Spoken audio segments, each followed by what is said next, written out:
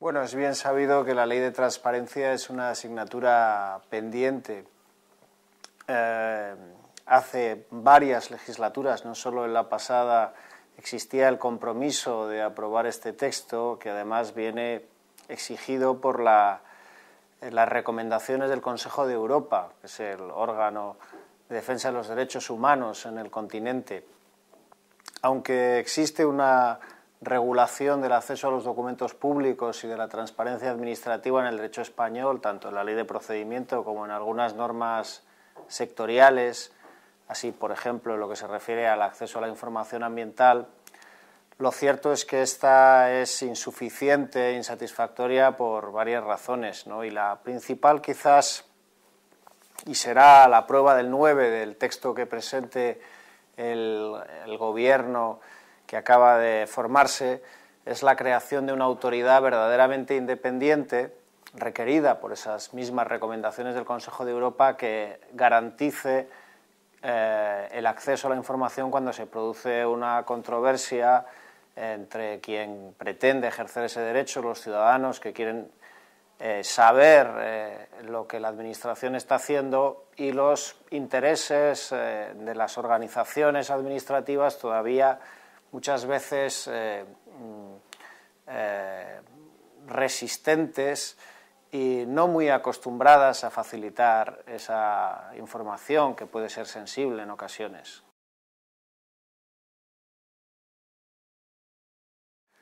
Bueno, hay un problema cultural. En nuestro país, al no haberse desarrollado en tiempo y forma el derecho de acceso a la información administrativa, por lo menos no con la profundidad que una democracia avanzada requiere, pues falta la costumbre de mostrar sin reparo muchos documentos que, bueno, pues las dudas de los funcionarios y también algunos prejuicios normativos consideran confidenciales o no accesibles, ¿no? Por un lado, nuestro derecho no ha aclarado suficientemente cuándo un documento debe o no mostrarse, y cuando se produce una situación de duda entre si enseñarlo o no enseñarlo, el funcionario no aplica la regla general de la publicidad, sino que naturalmente actúa prudentemente, de forma prudente, ¿no? Y prefiere no enseñarlo a hacerlo. Y por otro lado, todavía somos una sociedad en la que, bueno, pues el concepto de privacidad y de intimidad en el ámbito público, paradójicamente, pues se interpreta de forma expansiva, ¿no? Así como otras sociedades más avanzadas en este sentido, los países del norte de Europa o incluso Estados Unidos, ¿no? Que presenta una regulación pues muy desarrollada de la transparencia administrativa, con avances y retrocesos, pero en general mejor que la nuestra, ¿verdad? Han superado algunos de nuestros dogmas sobre lo que no debe mostrarse a los ciudadanos o lo que no es accesible a toda la población, ¿verdad? Nosotros todavía tenemos demasiados reparos en cuanto a determinada información, ¿no? Una muestra clara sería el retraso en la regulación de los registros patrimoniales, del derecho de los ciudadanos a conocer los intereses patrimoniales y los ingresos de los responsables públicos, ¿no? Este es un ejemplo muy claro de cómo nuestra cultura y nuestro ordenamiento jurídico pues, avanza lentamente en este campo. En otros países, no solo desarrollados, sino en vías de desarrollo, pondría el ejemplo de Argentina, pues hace ya más de 5 años que esa cuestión está sobradamente resuelta, y en España estamos todavía en ello.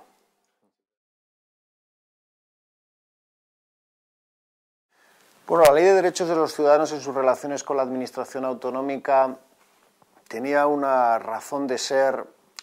como consecuencia de la falta de actualización de la Ley de Procedimiento Administrativo. A pesar de que también en la última legislatura existía un compromiso de reforma más amplia y profunda de la Ley 3092, que es la Ley de Régimen Jurídico de las Administraciones Públicas y el Procedimiento Administrativo Común, esa modificación no tuvo lugar, fue mínima, ¿no?, para la transposición de la Directiva de Servicios, y muchos de los preceptos de la Ley 3092, que en su día pretendió actualizar las relaciones entre administración y ciudadanos quedaron bastante obsoletos, ¿no? Tanto el régimen de la motivación de los actos como el acceso a información del que acabamos de hablar y la regulación de los tiempos de duración de los procedimientos no son los más adecuados para la sociedad del conocimiento del siglo XXI, ¿no? Voy a poner solamente un ejemplo que me parece bastante significativo, que es el régimen de la duración de los procedimientos administrativos. En la Ley 3092 sigue contemplándose un tiempo medio de duración de estos de 3 meses y la mayor parte de las normas de los ordenamientos comparados, tanto europeos como a nivel internacional, los países iberoamericanos, por ejemplo, han reducido de manera considerable esos tiempos de duración de los procedimientos administrativos a la tercera parte, en algunos casos, de los 3 meses a 1 mes o 30 días, o incluso más, a 20 días como tiempo máximo de duración de los procedimientos administrativos. En las relaciones entre la administración y los ciudadanos, en un entorno tecnológico en el que las comunicaciones interadministrativas y entre las personas se realizan instantáneamente a través del correo electrónico y otros medios de comunicación, no pueden medirse en tiempos idénticos a los que se utilizaban cuando estas comunicaciones se producían por correos físicos que tardaban días o semanas en llegar a su destino, ¿no? Y sin embargo, la normativa española, salvo por estos avances autonómicos como el producido en Castilla y León, apenas se ha adaptado a las nuevas circunstancias, ¿no? Por otro lado, es preciso enfatizar también, y lo hace la Ley de Derechos, que la Administración está al servicio de las personas y debe resolver cualquier duda interpretativa que se le plantee en la aplicación de sus preceptos y en la tramitación de sus procedimientos a favor de las personas, ¿no? Tenemos todavía una normativa de procedimiento administrativo que no ha superado del todo el concepto de administrado como objeto o mero receptor pasivo de las decisiones de la Administración, y esa nueva cultura humanística y a favor de las personas sí pretende, en fin, impregnar la Ley de Derechos de los Ciudadanos en Castilla y León. En los dos temas que... Las nuevas tecnologías representan sin duda una oportunidad extraordinaria de mejora, tanto herramienta muy útil desde el punto de vista del cumplimiento de los objetivos de la Administración, favorecen, como ya he dicho, la agilidad en los procedimientos administrativos, la inmediatez en las comunicaciones, la mejor gestión de la información, el aprovechamiento de la información. Internet sin duda es una herramienta fundamental desde el punto de vista de la transparencia y la regulación a través de la información, lo que la doctrina de los Estados Unidos llama la regulación a través de la información, la posibilidad de transmitir información y conocimiento a los ciudadanos para que estos puedan formar su criterio sobre el desarrollo de las políticas públicas y, en fin, incluso participar activamente en la conformación y en el seguimiento de las políticas públicas. Pero también hay que advertir que las nuevas tecnologías representan igualmente riesgos desde el punto de vista de la posible monitorización de las conductas de los ciudadanos, de las amenazas para la intimidad y para la libertad si son utilizadas inadecuadamente, ¿no? Los gobiernos autoritarios especialmente han intentado y siguen intentando y en ocasiones consiguiendo controlar la red para evitar fenómenos, procesos que se están desarrollando que son importantísimos, ¿no? También para nosotros, ¿no? Como los que tienen lugar en estos momentos en la orilla sur del Mediterráneo, las revoluciones árabes y, en fin, el control por parte de las autoridades o las pretensiones de control por parte de las autoridades de esas nuevas tecnologías y principalmente de Internet debe ser evitado, porque estas, sobre todo, son herramientas, las nuevas tecnologías son herramientas que deben ser aprovechadas por las sociedades, ¿no? En fin, antes hemos hablado de acceso a información administrativa, de transparencia, la red. La experiencia de Wikileaks nos demuestra hasta qué punto, en fin, ha de ser la sociedad civil la que se movilice, porque pues, los gobiernos no ponen en conocimiento de los ciudadanos de manera voluntaria muchas de sus políticas reales y tampoco reaccionan como nos demuestra el actual juicio al informador, uno de los principales informadores de Wikileaks, tampoco reaccionan positivamente cuando la transparencia real se produce, ¿no? Yo creo que la situación en general de relaciones entre administración y ciudadanos en España ha mejorado extraordinariamente en las últimas décadas, ¿no? Es decir, la atención al público, los servicios de información, el perfil del funcionario, del empleado público, la empleada pública con quien se relaciona el ciudadano es muy distinto al que pues, se marcaba la administración española de los años 60, 70, 80 incluso, ¿no? Así que no puede decirse, en mi opinión, que la situación sea negativa, ¿no? Lo que sucede es que las expectativas y las demandas de calidad y de reconocimiento de derechos por parte de la sociedad española también han evolucionado de manera espectacular, ¿no? Así que, en fin, la Administración tiene que ponerse a la altura de las circunstancias. Ha mejorado mucho, pero todavía tiene que hacerlo mucho más. Bueno, este principio de proactividad que está reflejado en el texto de la ley, he de decir que fue una aportación surgida del pensamiento y de la iniciativa de los servicios de la Junta de Castilla y León, ¿no? Aportación que considero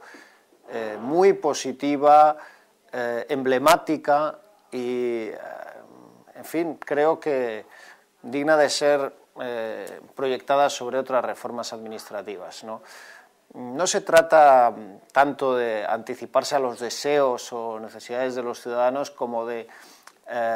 facilitarles la experiencia administrativa a partir del conocimiento de lo que en otros ejercicios o en situaciones anteriores han decidido en sus relaciones con la Administración. Las proyecciones concretas del principio de proactividad se traducen en medidas tan, en fin, cotidianas como puede ser el envío de un impreso de solicitud previamente cumplimentado con los datos personales que obran en poder de la Administración a su domicilio al interesado para que sencillamente tenga que corroborar su voluntad de volver a tramitar ese procedimiento, como puede ser, por ejemplo, una solicitud de ayuda para los libros del colegio de los niños o una matrícula, o lo que hace ya unos cuantos años nos muestra una de las administraciones que mejor aprovechan en España las nuevas tecnologías, como es la Agencia Tributaria, el envío del borrador de la declaración de la renta para que los ciudadanos sencillamente, si están de acuerdo con la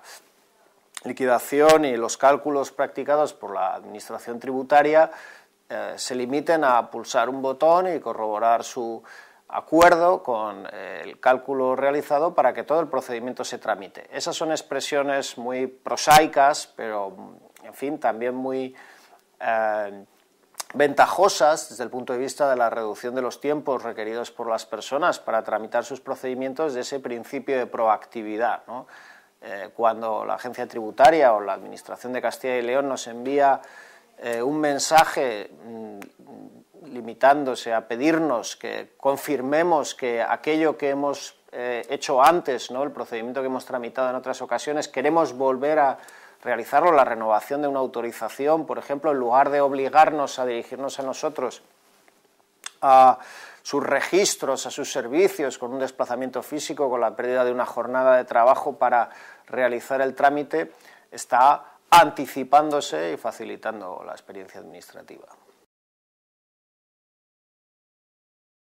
Bien, también en materia de función pública, en lo que se refiere al régimen jurídico de los empleados públicos y las medidas organizativas sobre los empleados públicos, hay muchas tareas pendientes, ¿no? algunas de las cuales se incluyeron en el Estatuto de 2007, pero no han sido desarrolladas y deben ser retomadas probablemente en el nuevo contexto escenario de restricciones presupuestarias, ¿no? Las criticables medidas lineales de congelación o recorte, aún peor, del sueldo, de las retribuciones de los empleados públicos deberían, en mi opinión, ser corregidas aplicando, pues, técnicas que son sobradamente conocidas, están previstas en la ley y además reclaman representantes de la sociedad civil, como la evaluación del desempeño, la mayor conexión entre las retribuciones de los funcionarios y su rendimiento y desempeño real, su contribución a la mejora de la organización, los resultados, lo que se llama, en fin, de una manera un tanto simple, productividad. También los principios de conducta de los funcionarios públicos deben ser aprovechados en el sentido de mejorar el rendimiento de la organización. Hay varias reformas importantísimas en la función pública española, tanto en selección como en deberes, como en lo que se refiere a la medición y el incentivo, la motivación, la economía del reconocimiento de los esfuerzos de los empleados públicos, que, bueno, pues han sido aparcadas durante varios años, y de su implementación también depende el mejor resultado de las políticas públicas. Bueno, yo creo que las demandas de los ciudadanos a sus representantes y a los servidores públicos pues están perfectamente justificadas y son comprensibles en democracia. Los ciudadanos pagan sus impuestos y quieren recibir los mejores servicios. Tampoco creo que tengan una impresión globalmente negativa de los servicios de la Administración. En general, la percepción que muestran los estudios de opinión, los sondeos sobre servicios básicos como la sanidad, la educación, incluso la justicia, no es tan negativa como pudiera parecer. Pero, claro, en un momento en el cual la sociedad y muchas personas están atravesando serias dificultades, pues achacan parte de esas dificultades a la falta de éxito de ciertas medidas y políticas públicas, y reclaman más, ¿no? Y se muestran también exigentes con los responsables públicos y con los empleados públicos, ¿no? No creo ni que la percepción pública de la Administración y de los servicios públicos sea tan negativa, ni que tampoco sea un cierto grado de espíritu crítico, ¿verdad?, y de exigencia por parte de los ciudadanos esté de más tampoco, ¿no? En democracia, pues hay que aceptarlo y hay que reaccionar a esa exigencia de los ciudadanos con mejoras, ¿no?, y con una explicación transparente de cómo se está gastando el dinero que se recauda con los impuestos, qué se está haciendo para mejorar la eficiencia en realidad, de verdad, en el funcionamiento de los servicios, con una transparencia fiscal, con un mejor control de la ejecución de los presupuestos. Hay que tomar medidas, hay que tomar muchas medidas para mejorar el funcionamiento del Estado en España.